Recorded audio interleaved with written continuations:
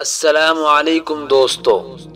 ایک سہیلی نے دوسری سہیلی سے پوچھا، بچہ پیدا ہونے کی خوشی میں تمہارے شوہر نے تمہیں کیا تحفہ دیا؟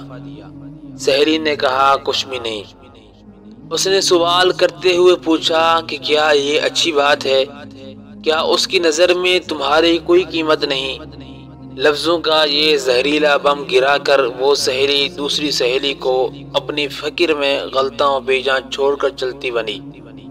تھوڑی دیر بعد ظہر کے وقت اس کا شوہر گھر آیا اور بیوی کا منہ لٹکا ہوا پایا۔ پھر دونوں کا جھگڑا ہوا، ایک دوسرے کو لعنت بھیجی، مار پیٹ ہوئی، شوہر نے اسے طلاق دے دی۔ جانتے ہیں پرابلم کی شروعات کہاں سے ہوئی؟ اس فضول جملے سے جو اس کی عیادت کرنے آئی سہیلی نے کہا تھا۔ اسی طرح زید نے حامد سے پوچھا، تم کہاں کام کرتے ہو؟ حامد فلاں دکان میں۔ ماہانہ کتنی تنخواہ دیتا ہے؟ حامد 18,000 روپے۔ زید 18,000 روپے بس؟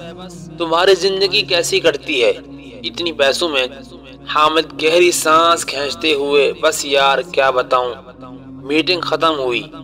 کچھ دنوں کے بعد حامد اب اپنے کام سے بیزار ہو گیا اور تنخواہ بڑھانے کی ڈیمانڈ کر دی، جسے مالک نے رد کر دیا۔ نوجوان نے جاب چھوڑ دی اور بے روزگار ہو گیا۔ پہلے اس کے پاس کام تھا، اب کام نہیں رہا۔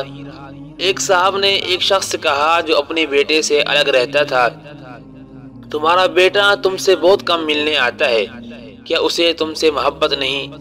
باپ نے کہا، بیٹا مصروف رہتا ہے، اس کے کام کا شیڈول سخت ہے، اس کی بیوی بچے ہیں، اسے بہت کم وقت ملتا ہے۔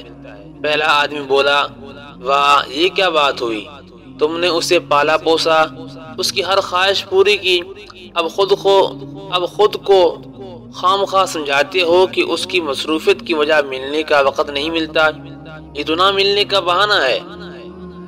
اس گفتگو کے بعد باپ کے دل میں بیٹے کے لیے خلستی پیدا ہو گئی۔ بیٹا جب بھی ملنے آتا وہ یہی سوچتا رہتا کہ اس کے پاس سب کے لیے وقت ہے سوائے میرے۔ یاد رکھیں، زبان سے نکلے الفاظ دوسرے پر بڑا گہرا اثر ڈال سکتے ہیں۔ بے شک کچھ لوگوں کی زبانوں سے شیطان بول جاتا ہے۔ ہماری روزمرہ کی زندگی میں کچھ سوالات ہمیں بہت معصوم لگتے ہیں۔ تم نے یہ کیوں نہیں خریدا؟ تمہارے پاس یہ کیوں نہیں ہے؟ تم اس شخص کے ساتھ پوری زندگی کیسے چل سکتی ہو؟ تم اسے کیسے مان سکتے ہو؟ اسی طرح کے بیشتر سوالات نادانی میں یا بلا مقصد ہم پوچھ بیٹھتے ہیں، جبکہ یہ بھول جاتے ہیں کہ ہمارے یہ سوالات سننے والے کے دل میں نفرت یا محبت کا کون سا بیج بو رہے ہیں۔ آج کے دور میں ہمارے ارد گرد یا گھروں میں جو فسادات ہو رہے ہیں، ان کی جڑ تک جایا جائے تو اکثر ان کے پیچھے کسی اور کا ہاتھ ہوتا ہے۔ وہ یہ نہیں جانتے کہ نادانی میں یا جان بوجھ کر بولے جانے والے جملے کسی کی زندگی کو تباہ کر سکتے ہیں۔ فساد پھیلانے والے نہ بنو، لوگوں کے گھروں میں اندھے بن کر جاؤ اور وہاں سے گنگا بن کر نکلو۔